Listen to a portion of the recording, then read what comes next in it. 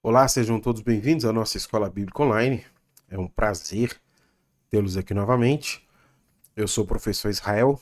Chegamos à aula de número 13. Antes de iniciarmos, lembre-se, este conteúdo ele é produzido para te ajudar no seu estudo da Palavra de Deus. Por isso é muito importante haver uma certa dedicação da sua parte. Reserve um tempo para ler o texto bíblico, reserve um tempo para ler a sua revista e reserve um tempo para assistir essa aula. E quando você estiver assistindo, essa aula possui uma estratégia muito própria para te ajudar no seu aprendizado.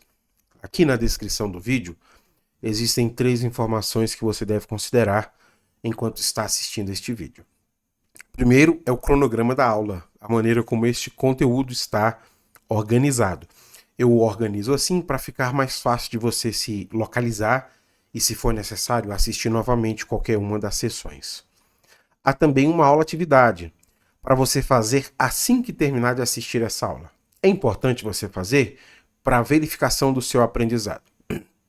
E caso tenha alguma dúvida ou deseje fazer algum comentário, há também um fórum onde você pode deixar a sua dúvida ou fazer o seu comentário. Por fim, eu sempre fico muito feliz de ler os seus comentários. Obrigado a cada um dos irmãos e irmãs que semanalmente estão aqui comigo. Eu agradeço a Deus pela vida de vocês e pela maneira como este conteúdo tem ajudado vocês no seu aprendizado sobre a Palavra de Deus. Para iniciar nossa aula, eu quero começar apresentando para vocês o cronograma da nossa aula. Na primeira sessão, eu quero apresentar o contexto teológico de Hebreus 13:7. Veja, o comentarista da revista selecionou esse texto como texto áureo. Texto áureo é o texto mais importante da lição. Então, a lição tem como texto áureo Hebreus 13:7. E nós reservaremos, então, a primeira sessão para explicar o contexto teológico de Hebreus 13:7. Na segunda sessão, eu quero, então, explicar Hebreus capítulo 13, versículos 7, 8 e 9. E por último, na terceira sessão, eu desejo então encerrar fazendo algumas aplicações. Como falei, aqui na descrição do vídeo você vai encontrar todas essas informações. Você pode ir a qualquer uma dessas sessões a qualquer momento para assistir novamente ou para ver alguma questão que você deseja ver. Tudo bem? Para começar a primeira sessão, eu quero explicar para vocês o contexto teológico de Hebreus 13:7. Veja que o capítulo 13 de Hebreus vai introduzir para a gente uma questão muito importante sobre adoração. Qual é essa questão? A questão é a seguinte: qual é a adoração que agrada a Deus? Veja que pergunta importante. Qual é a adoração que agrada a Deus? E é isso que o capítulo se pretende a responder. Para falar sobre a adoração que agrada a Deus, o capítulo 13 de Hebreus vai fazer uma série de exortações aos irmãos que estão lendo essa carta, e eu organizei para vocês, como aparece aí nesta imagem, os principais assuntos que respondem à pergunta qual é a adoração que agrada a Deus. Olha só. Antes de ler com vocês cada um desses assuntos, eu queria que você tentasse perceber, pela maneira como o capítulo 13 é construído, que a adoração que agrada a Deus está intrinsecamente relacionado a outros aspectos da vida cristã. E este é um ponto-chave para a gente. Porque às vezes nós pensamos que a adoração que agrada a Deus tem a ver apenas com estar presente na liturgia, né? Como o pessoal diz hoje em dia, se entregar à adoração, levantar as suas mãos, cantar bem forte. Quando precisar ficar em pé, fique em pé. Se precisar aplaudir, aplauda. Isso é uma adoração que agrada a Deus, e as pessoas ainda usam essa ênfase, né? Se você estivesse numa festa, ou se você estivesse assistindo uma série, etc, etc. O que nós veremos aqui no capítulo 13, caminha numa direção muito diferente. A adoração que agrada a Deus leva em consideração a maneira como você está vivendo. Portanto, você não terá como prestar uma adoração que agrada a Deus sem prestar atenção na maneira como você conduz a sua vida. Vamos ver essas exortações? No versículo 1, ele mostra pra gente que a adoração que agrada a Deus mostra cuidado pelos seus irmãos e irmãs. No versículo 2, ele diz que a adoração que agrada a Deus pratica hospitalidade. No versículo 3, ele diz que a adoração que agrada a Deus é desenvolvido por pessoas que praticam a compaixão, que têm compaixão. No versículo 4, a adoração que agrada a Deus tem a ver com pessoas que se permanecem fiéis ao casamento, que não se separam. Versículos 5 e 6, a adoração que agrada a Deus tem a ver com ter cuidado para não ter ganância, ou para não ser guiado ou conduzido pela ganância. Versículo 10 até o versículo 14, ele diz que a adoração que agrada a Deus está relacionada ao alto sacrifício sacerdotal de Cristo e a esperança de entrar na cidade de Deus. Isso tem a ver, então, com a esperança futura do povo do Senhor em relação à obra de Cristo. E, por fim, a adoração que agrada a Deus, versículo 15 ao versículo 19, tem a ver com o verdadeiro serviço que prestamos a Deus, que envolve serviço a outras pessoas. Então, a adoração que agrada a Deus, ela é bidimensional. É um serviço a Deus, que prestamos a Deus servindo aos nossos irmãos. Você percebeu como isso aqui é muito diferente do que a gente pretende colocar como sendo adoração que agrada a Deus? O conteúdo de todas essas exortações aqui que eu mostrei para vocês revelam para a gente que essas são algumas das muitas responsabilidades da vida cristã. Se você quer prestar uma adoração que agrada a Deus, entenda que a vida cristã tem responsabilidades e você deve estar ciente dessas responsabilidades. Todas essas responsabilidades estão intrinsecamente relacionadas à adoração que nós prestamos a Deus e que Deus espera de nós como povo do Senhor. Agora que fomos salvos pela obra de Cristo, é isso que se espera de você.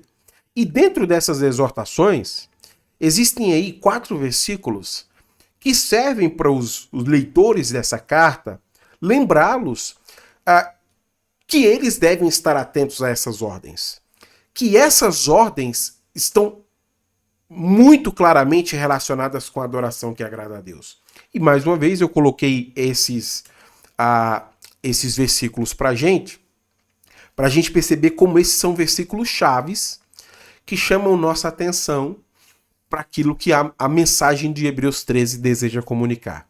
Primeiro, versículo 2 e no versículo 16, aparece a expressão não se esqueçam, né? Eu deixei de amarelo aí versículo 2 e o versículo 16.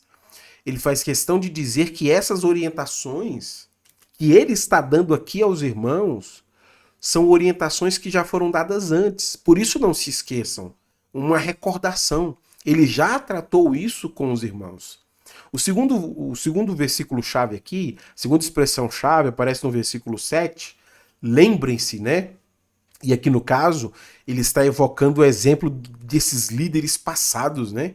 Essas pessoas que eles devem imitar a fé. Lembrem-se de seus líderes que lhes ensinaram a palavra de Deus. Aqui vale um parênteses importante, porque ele faz um complemento lá no versículo 17 e 18, eu não coloquei aqui, porque apesar do versículo 7 falar desses líderes passados, o versículo 17 e 18, ele fala sobre os líderes atuais e cita a conduta piedosa desses líderes atuais. Então veja que os líderes estão sendo chamados como exemplo de conduta que se espera deles. E por fim, no versículo de número 12 e 13, ele cita o maior exemplo que nós temos sobre a adoração que agrada a Deus, que no caso é Jesus Cristo. Da mesma forma, Jesus sofreu fora das portas da cidade. Jesus é o maior exemplo daquele que adora a Deus, entendendo a responsabilidade e o compromisso que há em seguir a vontade do Senhor.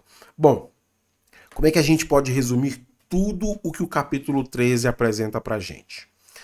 Primeiro ponto que eu destaquei para vocês, o capítulo 13 de Hebreus tem uma exortação sobre a adoração que agrada a Deus. Essa adoração que agrada a Deus está relacionada a vários aspectos da vida cristã.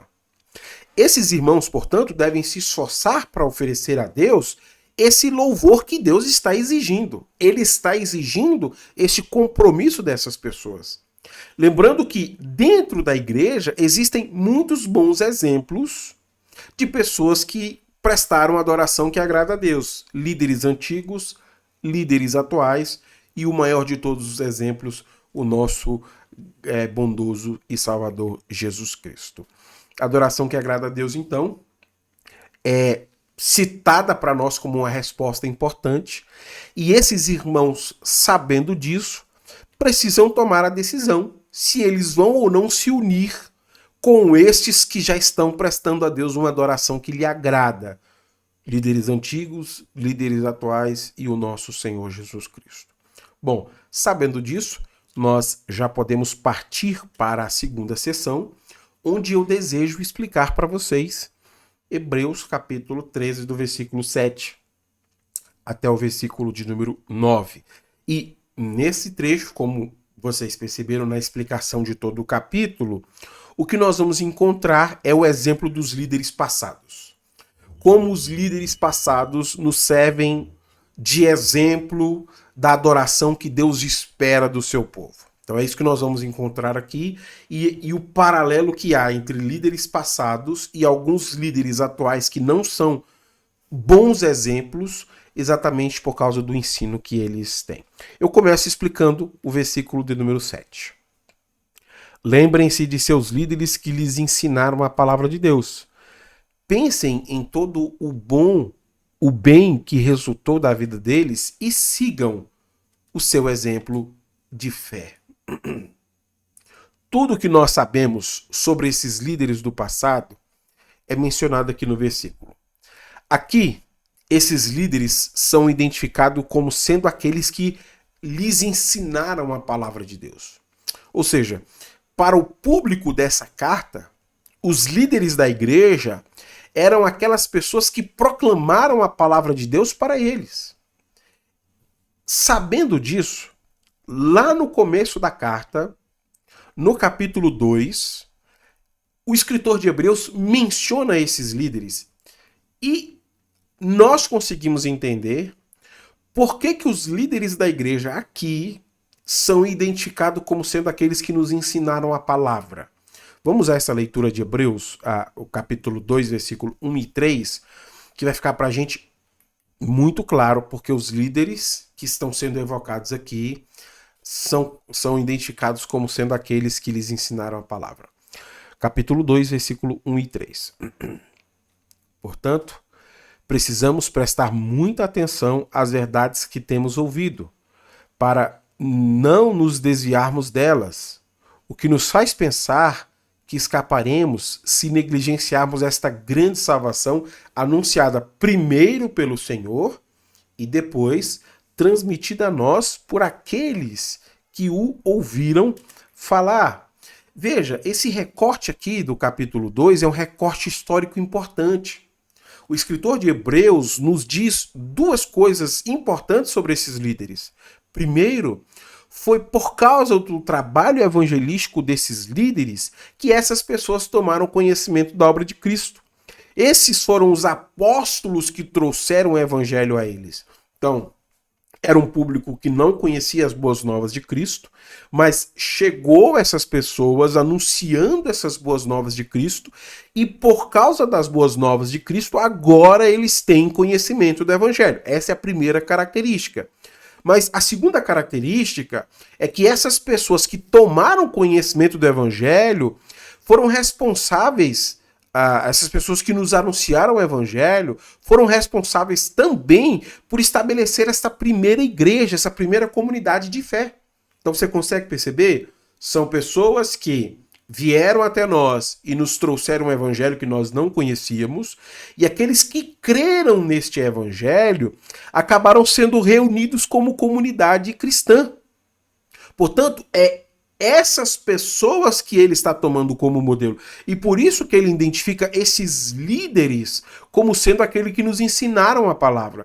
Eles foram os primeiros apóstolos que chegaram trazendo as boas novas, que produziram essa conversão pela obra do Espírito Santo em nossas vidas, e agora salvos, nós nos reunimos como comunidade de fé. Esses que primeiro nos anunciaram o Evangelho foram responsáveis por reunir essa comunidade de salvos em torno de Cristo. Por isso que eles são tão importantes para a igreja. Também é por causa disso que o escritor vai indicar para a gente 3 coisas que eu queria chamar a sua atenção aqui no versículo 7. Se precisar, eu queria que você apertasse pause no vídeo, porque os irmãos para quem o escritor de Hebreus está escrevendo devem observar 3 coisas desses líderes. E ao observarem 3 coisas desses líderes, eles devem imitar. Lendo esse texto, você consegue me dizer quais são essas 3 coisas que eles devem observar nos líderes? Lembrem-se de seus líderes que lhes ensinaram a palavra de Deus. Pensem em todo o bem que resultou da vida deles e sigam seu exemplo. Você consegue me dizer quais são essas 3 coisas que eles devem observar nos líderes? Eu fiz questão de destacar aqui para vocês, porque este é um ponto importante da mensagem que está sendo dita aqui no versículo de número 7. Lembrem-se, significa se recordem da maneira como essas pessoas viveram no meio de vocês. Eles chegaram anunciando um evangelho, mas vocês também perceberam como eles viviam. E, sabendo disso, a segunda palavra é pensem. Pensem no resultado que houve pelo modo de vida dessas pessoas. Então, além de lembrar como eles viveram, pensem no resultado que houve do modo de vida que eles seguiram, o resultado que foi produzido pelo caminho que eles seguiram. E terceiro, sigam ou imitem a fé dessas pessoas. Em síntese, essas pessoas são tão importantes que eles devem se lembrar, pensar e seguir. Aqui eu coloquei um comentário importante para a gente considerar essa questão de maneira mais clara. Leia comigo o que o O'Brien escreve sobre isso. Aqui, no versículo 7, o autor parece ter em mente aqueles que lideraram a congregação em dias anteriores, mas que agora faleceram. O apóstolo para considerar o apelo para considerar o resultado pode se referir à soma total das realizações de uma vida. Esses líderes completaram seu serviço, todo o curso de suas vidas, desde o início até o fim. Agora está diante de seus discípulos e seguidores para revisão e imitação. Se esses irmãos quiserem lograr êxito na adoração que eles vão prestar ao Senhor, eles devem se lembrar, pensar e seguir o exemplo dessas pessoas que lhes ensinaram a palavra de Deus. Repetindo, se eles quiserem lograr êxito na adoração que eles vão prestar ao Senhor, eles devem se lembrar, pensar e seguir o exemplo dessas pessoas que lhe ensinaram a palavra de Deus. Todas as realizações da vida dessas pessoas estão ali diante deles. Do começo ao fim de sua fé, está ali diante deles. É possível verificar o resultado da fé que essas pessoas seguiram. Esses líderes, muito provavelmente, já morreram e já é possível perceber tudo que eles produziram. Desde o início do Evangelho, quando Cristo não havia chegado até esta comunidade, até o fim, quando você tem uma igreja, uma comunidade de fé formada, é possível verificar o resultado daquilo que eles fizeram. Eles foram exemplos perfeitos de ortopraxia. Além de serem bom ensino, eles viveram de maneira coerente com aquilo que diziam. Bom, se esses são os líderes com os seus bons exemplos, os líderes passados, no versículo de número 8 e 9, nós compreendemos por que essas pessoas são colocadas como exemplo para eles. Esses líderes passados são bons exemplos, porque naquela comunidade havia maus exemplos. Veja comigo o versículo 8 e 9. Jesus Cristo é o mesmo ontem, hoje e para sempre. Portanto, não se deixem atrair pelos ensinos novos e estranhos. A força de vocês vem da graça de Deus. e não de regras sobre alimentos que em nada ajudam aqueles que as seguem. O autor da carta começa apresentando no versículo 8 a mensagem que os antigos líderes ensinavam para esses irmãos. E a mensagem é: Jesus Cristo é o mesmo ontem, hoje e para sempre. Deixa eu tentar riscar aqui para vocês.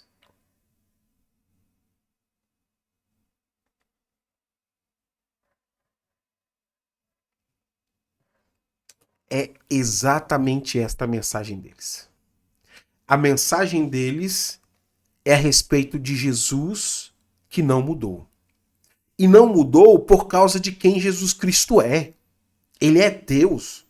E porque ele não mudou, a pregação daqueles líderes não se tornou obsoleta. Porque Cristo não mudou, a pregação daqueles líderes não se tornou desatualizada. Muito pelo contrário. A mensagem deles deveria ecoar como atual para aquelas pessoas. Aqueles líderes passados ensinaram o poderoso evangelho de Deus que foi revelado no nosso Senhor Jesus Cristo. Embora aqueles líderes já haviam morrido, já não estivessem mais à frente da igreja, já não estivessem mais ali para guiar e ajudar a igreja, a mensagem deles anunciava um Jesus Cristo eterno que continuaria presente com a igreja. Os líderes não continuam, mas Cristo continua. Cristo está sempre presente com a sua igreja. A obra de Cristo é perfeita. Cristo é eterno. Por isso, ele não pode ser substituído por absolutamente nada. Como também não há absolutamente nada que precise ser acrescentado ao trabalho perfeito que Cristo fez. O versículo 8, portanto, é um reconhecimento da mensagem dos líderes do passado. Mas o versículo 9 revela para a gente que haviam novos ensinos que estavam atraindo os irmãos. Não se deixem atrair. Haviam novos ensinos que estavam atraindo os irmãos, e esses ensinos falavam sobre uma nova mediação. Essas pregações desejavam exatamente substituir o eterno, que no caso é Jesus Cristo, por aquilo que era efêmero. Por isso que o autor chama este ensino de novos ensinos estranhos. Eles são novos ensinos estranhos exatamente porque eles não se parecem nem um pouco com aquilo que era ensinado pelos antigos líderes. E por isso que eu fiz questão de destacar isso aqui para vocês. Não se deixem atrair por ensinos novos e estranhos. Você consegue me dizer quais são esses novos ensinos estranhos que são mencionados nesse texto? Você precisa identificar isso. Se precisar, aperte pause no vídeo. Tenta me responder essa pergunta. Quais são os novos ensinos estranhos que são mencionados nesse texto? Vamos recapitular? O capítulo 13 trata sobre a adoração que agrada a Deus. O que os novos ensinos estranhos estão assumindo? Que a adoração que agrada a Deus tem a ver com regras sobre alimentos. Se esses irmãos se absterem de certos alimentos, eles então vão prestar a Deus uma adoração que lhe agrada. Isso não parece muito familiar para você? De vez em quando nós costumamos ouvir isso. Adoração que agrada a Deus tem a ver com deixar de comer isso, deixar de comer aquilo, deixar de fazer isso, deixar de fazer aquilo. E essas pessoas estão preferindo abandonar a graça de Deus, que é como o escritor de Hebreus chama a obra de Jesus Cristo. É a obra de Jesus Cristo que tem a ver com a graça de Deus está sendo abandonada para eles poderem seguir regras que foram estabelecidas pelas próprias pessoas. Ah, se você quer prestar uma adoração que agrada a Deus, faça a sua barba. Se você quer prestar uma adoração que agrade a Deus, use gravata. É isso que o novo ensino está fazendo. Está dizendo a essas pessoas o que eles devem se abster para poder prestar a Deus uma adoração que agrada. E o escritor de Hebreus diz que eles devem rejeitar. E aqui tem uma segunda pergunta importante, muito importante para nós. Eu queria que você tentasse me responder essa segunda pergunta importante. Por que esses irmãos devem rejeitar esses ensinos? Você consegue responder? Sabe por quê? Porque não ajudam em nada. Sim. Usar gravata não ajuda em nada na adoração que agrada a Deus. Fazer a barba não ajuda em nada na adoração que agrada a Deus. Deixar de tomar refrigerante não ajuda em nada na adoração que agrada a Deus. Por isso que esses irmãos devem rejeitar. A resposta da carta é muito direta e objetiva. Eles devem rejeitar esses ensinos porque eles não estão dando aquilo que prometem. Pode ser que alguém lhe prometa, o dia que você usar a gravata, você vai conseguir adorar a Deus de maneira apropriada. O dia que você parar de tomar refrigerante, você vai conseguir adorar a Deus de maneira apropriada. Dentro desse texto, fica claro para nós que se abster de certos alimentos, se abster de certas práticas, como está sendo colocadas aqui, não ajuda em absolutamente nada na adoração que nós devemos oferecer ao Senhor. Porque a adoração que agrada a Deus, preste atenção, primeiro, ela só é possível por causa da obra de Cristo. Sabe por que nós conseguiremos prestar uma adoração que agrada a Deus? Por causa de Jesus Cristo. Exatamente porque fomos salvos por Jesus Cristo é que podemos prestar uma adoração que agrada a Deus. Não tem a ver com as coisas que eu faço. E agora que nós vamos prestar adoração a Deus, o que se espera desta pessoa que foi salva é uma conduta coerente. Então eu que fui salvo devo viver de maneira coerente com a salvação que me foi alcançada em Cristo Jesus. E é isso que esses irmãos precisam entender. Os líderes antigos sabiam disso.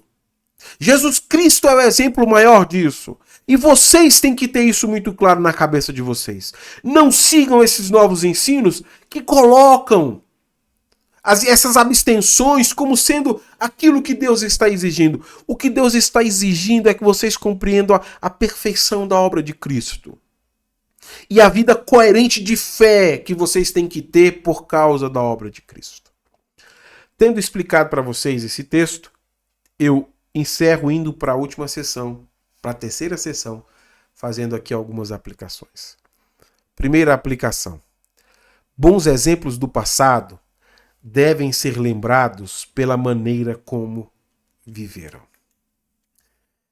Muitas vezes preferimos seguir pelo caminho do saudosismo, como se tudo que aconteceu no passado fosse bom. Bons líderes no passado não são bons porque viveram no passado.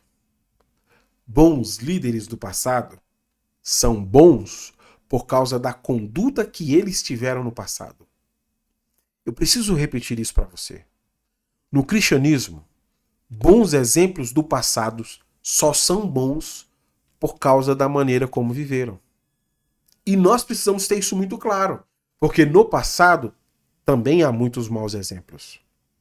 Mas os bons exemplos do passado são lembrados por nós porque a obra da pessoa está completa. Você consegue perceber? O evangelho chegou até nós pelos pés dos que anunciam as boas novas.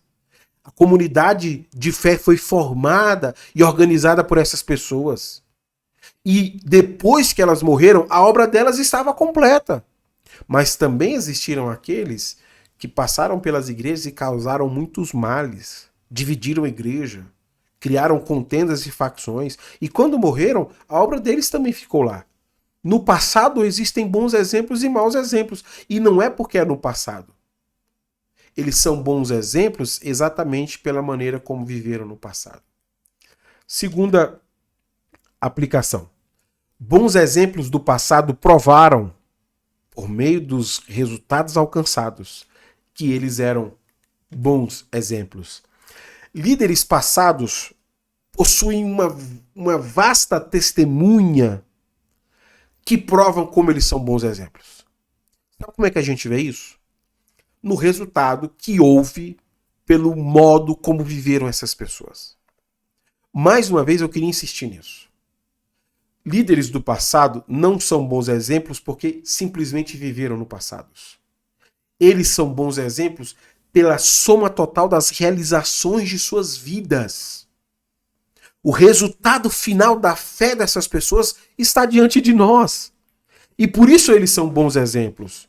Então, além de lembrar, nós podemos perceber a obra do que eles fizeram.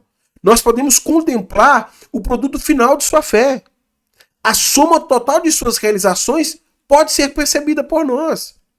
Esses são os bons líderes do passado. As pessoas que nós olhamos para a obra final de sua fé, da sua ortopraxia, daquilo que pregavam e da maneira como viviam, e percebemos que o resultado do que eles produziram foi sensacional. Terceira aplicação. A Igreja de Cristo possui muitos bons exemplos passados. A esses devemos imitar. Veja, se de um lado nós temos pessoas que preferem o saudosismo, né, sempre olhar para o passado, a visão de inovação também passa a ser um problema. Porque nós achamos que tudo que é bom, em oposto ao saudosismo, tem a ver com aquilo que é feito hoje. Tudo que é antigo deve ser descartado, ultrapassado, desatualizado. Na carta aos Hebreus, é dito de forma muito clara que os irmãos deveriam imitar o exemplo dos líderes antigos, daqueles que vieram antes de nós, daqueles que nos trouxeram as boas novas. E às vezes é muito fácil criticar um líder passado. É muito fácil criticar a maneira como eles desenvolveram certa eclesiologia, né? A maneira como organizaram a igreja, a maneira como às vezes com braço forte davam as suas normas. Mas nós conseguimos ver o resultado da fé que eles viveram. O cristianismo avançou. E entre os pentecostais, em 100 anos, o IBGE nos disse no censo de 2010, em 100 anos de movimento pentecostal, foram 20 milhões de pessoas alcançadas por Cristo. A fé dos antigos está aí diante de nós. E nós? Será que nós, quando nos formos, quando morrermos, deixaremos também um exemplo a ser seguido, a ser imitado? A Igreja de Cristo tem muitos bons exemplos. Homens e mulheres piedosas que viveram antes de nós. Pessoas que, com os pés abençoados, nos trouxeram as boas novas do Evangelho. E essas pessoas são bons exemplos porque a obra delas está completa. Nós costumamos chamá-los, né, de galeria dos heróis da fé. Pessoas valiosas, homens e mulheres de Deus, que anunciaram o Evangelho, organizaram comunidades locais, edificaram igrejas. Essas pessoas merecem ser imitadas. Nós não devemos achar que tudo que está no passado é desatualizado. Porque o que essas pessoas anunciavam é um Cristo eterno. A mensagem deles é super atual. O Jesus Cristo que eles comunicavam é o mesmo hoje e será o mesmo amanhã. Quarta aplicação. A igreja não precisa de pregadores que colocam a pregação bíblica como desatualizada. Veja, na pregação dos líderes antigos, eles tinham plena consciência que Jesus Cristo era o mesmo ontem, hoje e será para sempre. Ou seja, a mensagem a respeito de Cristo não mudou. A mensagem que era comunicada pelos líderes antigos deve ser a mesma comunicada por nós, porque Cristo não muda. A mensagem do Evangelho é atual e contextualizada. Tudo que a geração atual e tudo que as gerações futuras vão precisar está contida na pregação passada. O Evangelho do nosso Senhor Jesus Cristo. A mensagem do evangelho deve ecoar como atual em nossos dias. Por isso que igrejas não precisam de pregadores que colocam a pregação bíblica como desatualizada. E esses se espalham aos montes, falando sobre como é necessário uma atualização. Eles preferem poesia ao evangelho. Eles preferem textos secundários do que o anúncio de Jesus Cristo. A igreja não precisa de pregadores assim. Porque a mensagem de Cristo é super contextualizada e atualizada. Se você pegar o sermão dos nossos pioneiros da fé e anunciá-las hoje, é contextualizado. Eu queria ter colocado aqui, e acabei me esquecendo. Na hora que eu estava preparando a aula, eu pensei, mas me esqueci. De um texto do C.S. Lewis interessante sobre isso. Onde o C.S. Lewis fala sobre como nós podemos cair numa cilada da contextualização. Cartas de um Demônio ao Aprendiz é o nome do livro.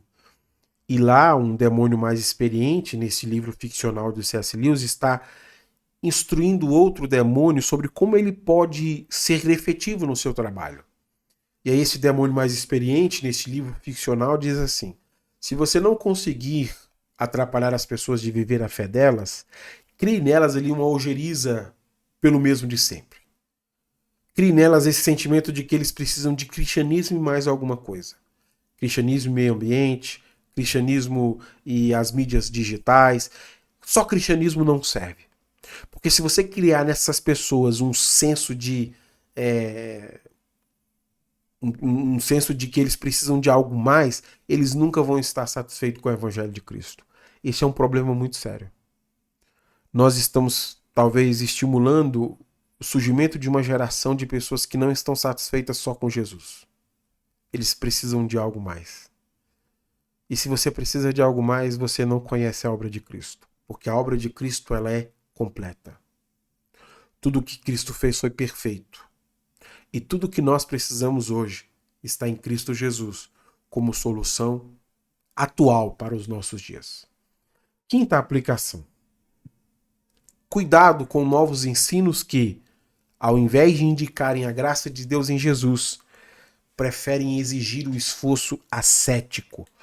Veja, o ascetismo foi um problema assim, muito comum na igreja primitiva, porque o ascetismo tem a ver exatamente com essa compreensão que, para alcançar a adoração que agrada a Deus, eu preciso me abster de certas coisas. O ascetismo está muito presente na igreja de Éfeso. Paulo escreve para Timóteo falando sobre isso. E parece que, de alguma maneira, isso também está aqui na carta aos Hebreus. Existem pessoas que acham que a adoração que agrada a Deus tem a ver com a abstenção de alimentos. Então, se você quer agradar a Deus, pare, por exemplo, dentro de uma perspectiva judaica, de comer carne de porco, carne suína. Se você tem coragem de comer carne suína, você nunca vai prestar uma adoração que agrada a Deus. Sabe por que nós rejeitamos tudo isso? Porque isso simplesmente não muda em nada a adoração que nós prestamos a Deus. A igreja de Corinto teve um problema em relação a isso. Porque a igreja pegou este ensino de Paulo e levou para uma outra direção. Se tanto faz aquilo que nós comemos, quer dizer que tanto faz aquilo que nós fazemos com o nosso corpo. Então, nós podemos nos deitar com prostitutas.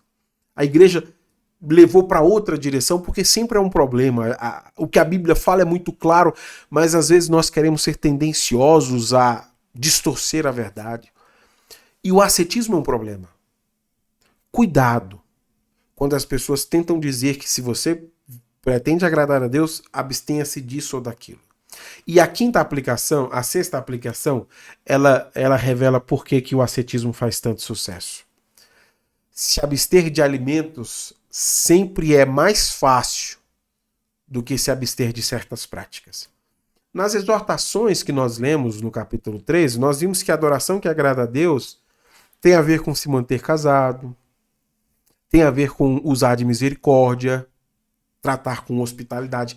Essa é a adoração que agrada a Deus. Mas o que é mais fácil? Parar de tomar refrigerante ou continuar casado? Parar de tomar refrigerante é mais fácil. Continuar casado é um esforço muito grande para se ajustar à pessoa, para amar intensamente, ter um compromisso. Por isso que a pregação asceta faz tanto sucesso. Porque às vezes nós estamos muito mais dispostos a deixar de comer certas coisas do que a deixar de praticar certas coisas. Ah, não, se precisar parar de comer carne eu paro, mas perdoar, não. Perdoar é demais, né? Ah, não, se precisar parar de tomar refrigerante eu paro. Mas tratar com hospitalidade, não, isso aí não tem como. Você percebe como para nós é sempre mais fácil seguir por este caminho? Porque parece ser mais simples. Não exige de nós mudança alguma. Exigem mudanças alimentares. Mas perceba que lá no texto que nós lemos, versículo 9, o escritor deixa muito claro: isso não vai te adiantar de nada. Isso não vai influir nem contribuir na sua fé. Não vai influenciar e nem contribuir na sua fé. Nós devemos estar atentos quanto a isso. 7ª e última aplicação. Não acredite em pregações. Não acredite em pregações que prometam dar coisas que não possam cumprir. Bom, nós vimos que o ascetismo era um problema e eles estão prometendo. Você quer prestar adoração que agrada a Deus? Pare de comer isso, pare de comer aquilo outro. E às vezes a gente vai acreditando nessas pregações que vão prometendo coisas pra gente que com o tempo elas não entregam. Um ano sem comer arroz. Aí você fica um ano sem comer arroz e depois de um ano você se tornou mais piedoso? Não, você continua aí a mesma pessoa com os mesmos problemas. Um ano sem comer carne. Um ano sem fazer isso, sem fazer aquilo. E não entrega. Se você já seguiu esses caminhos, você sabe. Não entrega o que promete. Sabe por quê?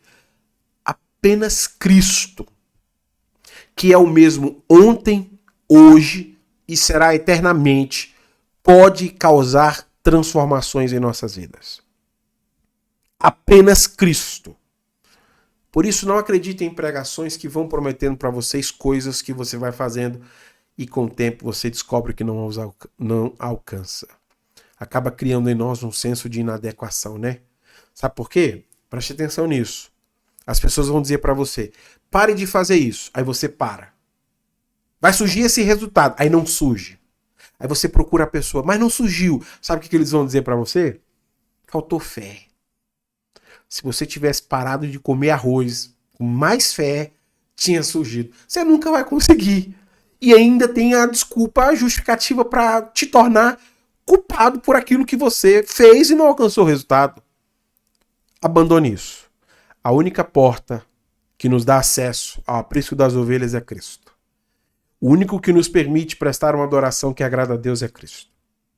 Cristo é o único caminho, é a única solução, é a única porta, é Cristo. Todo o restante não conseguirá fazer o que está prometendo por nós. Eu espero muito que este conteúdo tenha lhe ajudado. Se o nosso bondoso Deus nos permitir, na semana que vem nós nos encontramos aqui para a nossa última lição. Eu te espero então. Até a próxima aula.